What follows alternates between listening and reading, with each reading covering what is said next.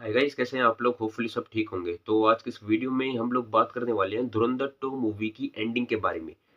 और धुरंधर 2 मूवी की जो एंडिंग थी वो खुद में बहुत ही ज़्यादा सोचने वाली और एक इमोशनल करने वाली जो है वो एंडिंग थी। और आप लोगों की तरह ही मैं भी ये चीज़ें एक्सपेक्ट कर रहा था कि इस मूवी के एंडिंग में या तो हमें कोई बहुत ही बड़ा सरप्राइज़ देखने को मिलेगा। मूवी के मेकर्स ने और मूवी के राइटर डायरेक्टर जो आदित्य धर हैं, उन्होंने हमको जो है वो मूवी के एंड में या तो कोई बड़ा सरप्राइज़ दिया होगा या फिर एक हैप्पी एंडिंग दी होगी या फिर एक जनरली ऐसी एंडिंग दी होगी जो हम लोग पिछली बहुत सारी मूवीज़ में देखते हुए आए हैं। जो मूवीज़ एजेंट के ऊपर या फिर इंडिया वर्सेस पाकिस्तान की कंट्रोवर्सीज़ के ऊपर बनी हुई है। जैसे कि पठान हुआ, टाइगर हुआ या फिर वॉर हुआ। ऐसी मूवीज़ में जो एंडिंग हम लोग देखते हुए हैं, ऐसी एंडिंग हमें देखने को मिलेगी। और ये जितनी भी जो पहले की मूवीज़ हुई, जो पठान हुई या फिर आपकी वॉर क्यों ना हुई, एक द टाइगर क्यों नहीं, इन मूवीज़ के एंडिंग में हम लोग देखते आए हैं कि कैसे जो हमारा हीरो है, वो पाकिस्तान की जो है वो बैंड तो बजाता है और साथ में अपने देश की जो है वो रक्षा करते हुए या तो फिर शहीद हो जाता है या फिर जो है वो एक मूवी के एंड में हमको एक क्लू वगैरह मिलता है मूवी के अगले पार्ट के लिए या फिर किसी भी चीज़ का जो है वो कैमियो होता है मूवी के एंडिंग में, जो कि मूवी को काफ़ी ज़्यादा इंटरेस्टिंग बना देता है। फिर मूवी के एंड में हमें ये चीज़ें देखने को मिलती है कि कैसे हमारा हीरो जो है वो अपना मिशन सक्सेसफुल करके अपने घर वापस आ जाता है और हमारे देश की जो है वो रक्षा कर लेता है, हमारे देश में रहने वाले लोगों की रक्षा करता है। ये चीज़ें आदित्य धर ने मूवी के जो मेकर्स हैं उन्होंने ऐसा ही दिखाया है, लेकिन इन चीज़ को जो है वो कुछ हट के या फिर मतलब कुछ नए तरीके में दिखाने की कोशिश करी गई है, जो कि बहुत ही ज़्यादा जो है वो इमोशनल और एक सरप्राइज़ वाली जो है एंडिंग देखने को मिलती है, जिसमें बहुत ही सारे जो है वो क्वेश्चन मार्क छुपे हुए हैं, जिनको क्वेश्चन मार्क्स को जो है वो ढूँढने की हम लोग कोशिश करेंगे वीडियो में। धुरंधर 2 मूवी के एंडिंग में हमको दिखाया गया है कि कैसे हमज़ा का जो कैरेक्टर है, जसकीरत सिंह रांगी का जो कैरेक्टर है, वो अपने मिशन सक्सेसफुल करने के बाद जो है, वो पाकिस्तान की पुलिस और पाकिस्तानी आर्मी जो है, उसको पकड़ लेती है और उसे एक बंद चैम्बर में ले जाया जाता है, जहाँ पर उसे जो है वो टॉर्चर किया जाता है। क्यों? क्योंकि वो एक इंडियन एजेंट है और उसे टॉर्चर किया जाता है इन्फॉर्मेशंस निकलवाने के लिए इंडिया की और इंडिया के जो है वो इमेज खराब करने के लिए, ताकि हमजा के कैरेक्टर को जो है वो टॉर्चर करने के बाद उसे यूएन के सामने और वर्ल्ड में जो है वो शोकेस करे और इंडिया की इमेज खराब करे कि कैसे इंडिया जो है वो अपने एजेंट भेजती है पाकिस्तान में पाकिस्तान की इंफॉर्मेशंस को लेने के लिए और पाकिस्तानी नेटवर्क को जो है वो डिस्ट्रॉय करने के लिए। अब मूवी के एंड में हमजा हमारे हीरो को जो है वो टॉर्चर किया जा रहा था, उसी टाइम में एक पाकिस्तानी जो है वो बड़े ही ऑफिसर होते हैं, जिनके पास एक फ़ोन कॉल आता है जो कि होता है अजीत डोवल का, जिसका जो कैरेक्टर है धुरंधर 2 मूवी में वो आर माधवन प्ले कर रहे हैं। और उस दौरान जो है वो कॉल आता है और कॉल पे दोनों के बीच में जो है वो बातें हो जाती हैं।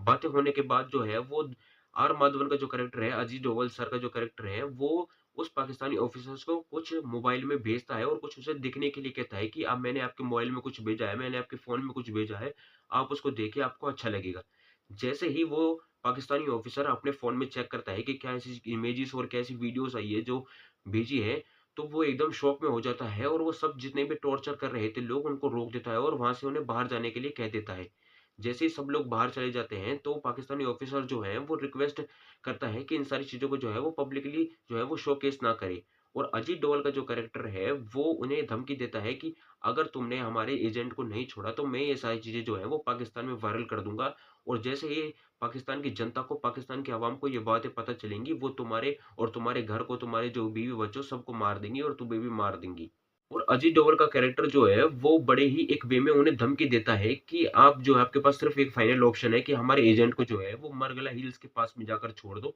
वहाँ से हमारा एक चार्टर्ड प्लेन आएगा और उसे ले जाएगा। बाद में जो है वो पाकिस्तानी ऑफिसर ऐसा ही करता है, जो हमज़ा के कैरेक्टर है, जो हमारा हीरो है, उसे मरगला हिल्स पर छोड़ देता है, वहाँ से एक चार्टर्ड प्लेन आता है और उसे बैठाकर जो है वो इंडिया ले जाता है। इंडिया आने के बाद हमारा कैरेक्टर जो है वो अजीत डोभाल के साथ में मिलता है, हमारा हीरो जो है वो अजीत डोभाल के साथ में मिलता है और सारी मिशन-विशन की बातें होने के बाद जो है वो हमारा हीरो हमज़ा का कैरेक्टर जो कि ऑफ़िशियली अब इंडिया में आ चुका है, जिसका अब वो जसकीरत सिंह रांगी है, वो कैरेक्टर जो है वो अपने गाँव, अपने शहर के लिए लौट जाता है, अपने घर-बार से मिलने के लिए, अपनी फैमिली से मिलने के लिए। जब वो जा रहा था तो ये चीज़ें उन्होंने किसी को भी नहीं बताई थी, किसी भी चीज़ ये सारी जो चीज़ें थी वो उन्होंने चुपचाप ही करी थी। वो चुपचाप तरीके से जो है वो अपने घर चले जाते हैं, अपनी फैमिली से मिलने के लिए, अपनी माँ से मिलने के लिए। जैसे ही हमारा हीरो जो है वो अपने घर के नज़दीक पहुँचता है, अपने घर के रास्ते पर पहुँचता है, तो वो बाहर से खड़े होकर देखता है कि उसकी वो अपनी माँ को देखता है, अपनी बहन को देखता है और वो ये चीज़ रियलाइज़ करता है कि अब जो ये चीज़ें हो रही हैं, वो सब हो चुकी हैं। मतलब अब जो आप उनकी कमी थी, जो हमज़ा की जो जसकीरत की कमी थी, वो अब भर चुकी है। टाइम जो है वो बदल चुका है, लोगों की कमी जो है वो भर गई है।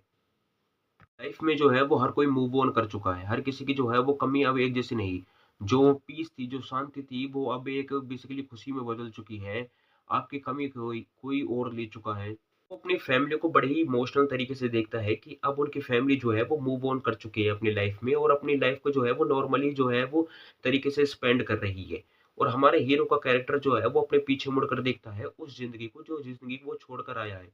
उस ज़िंदगी को जो उसमें उसका खुद का ही जो कोई रोल नहीं है, वो खुद की कोई आइडेंटिटी नहीं है, खुद की कोई भी गारंटी नहीं है लाइफ़ की कि वो कब ज़िंदगी जी पाए या फिर कितनी ज़िंदगी जी पाए, कब उसे मौत आ जाए। खुद की किसी चीज़ की गारंटी नहीं है और सामने उसकी एक ऐसी ज़िंदगी खड़ी है, एक ऐसी लाइफ़ खड़ी है जो कि वो खुशी-खुशी अपनी लाइफ़ स्पेंड कर सकता है अपनी फैमिली के साथ में। लेकिन हमारा कैरेक्टर जो है वो अपनी फैमिली को ना चुनते हुए अपने देश को पहले चुनता है। ये चीज़ें जो हैं वो हमारी मूवी के एंडिंग में दिखाई गई हैं और मूवी के एंडिंग में ये ऑफ़िशियली तरीके से दिखाई गई है कि बलिदान परमो धर्म की एक आदमी के लिए बलिदान कितनी बड़ी चीज़ है। एक आदमी पैदा होने से लेकर मरने तक ही जो है उसे लड़ना पड़ता है, हर चीज़ का बलिदान देना पड़ता है, हर चीज़ का सैक्रिफ़ाइस देना पड़ता है। फिर वो चाहे अपनी खुशी हो या फिर अपना परिवार हो, यार-दोस्त हो, अपने गाँव हो, अपना घर-बार हो, सब चीज़ का जो है वो सैक्रिफ़ाइस देना पड़ता है एक मर्द को अपनी लाइफ़ में।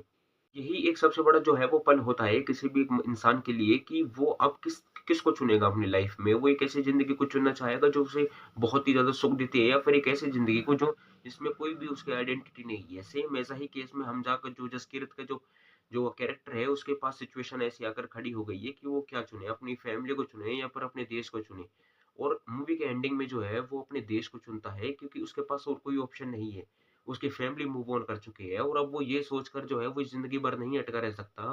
कि अब वो उसके पास कोई और ऑप्शन नहीं है। अब वो जो है अपने देश के लिए जो है वो चीज़ें कर रहा था और उसी सेम चीज़ को जो है वो कंटिन्यू करता रहेगा। ये सारी चीज़ें जो हैं वो रियल लाइफ़ में भी बेस करती है और रियल लाइफ़ में भी जो है वो प्लेस करती है कि कैसे एक इंसान के पास जो है वो कभी-कभार कभी ऑप्शन नहीं होता है। तो कभी-कभार कोई ऑप्शन भी होता है लाइफ़ को चुनने का। लेकिन हर चीज़ जो है वो ये टाइम के अकॉर्डिंग चलती रहती है, वक़्त के साथ सब चीज़ें बदल जाती है। और वीडियो में मैं जाते-जाते बस आपसे मैं यही कहना चाहूँगा कि वक़्त के साथ-साथ जो है वो हर चीज़ बदल जाती है। आपके पास ज़रूरी नहीं है कि बहुत सारा वक़्त हो, आपको नहीं पता कि कब मौत आ जाए, तो अपने हर एक सेकंड को जो है वो एन्जॉय करिए लाइफ़ में कि वो कब सेकंड जो है वो मेमोरी बन जाए और आप उन मेमोरियों को कैसे याद करना चाहते हो। एक बीते हुए एक कल को ऐसे याद करना चाहते हो कि बड़े हुए दुःख से याद करना चाहते हो या फिर एक अच्छी मेमोरी के साथ में याद करना चाहते हो?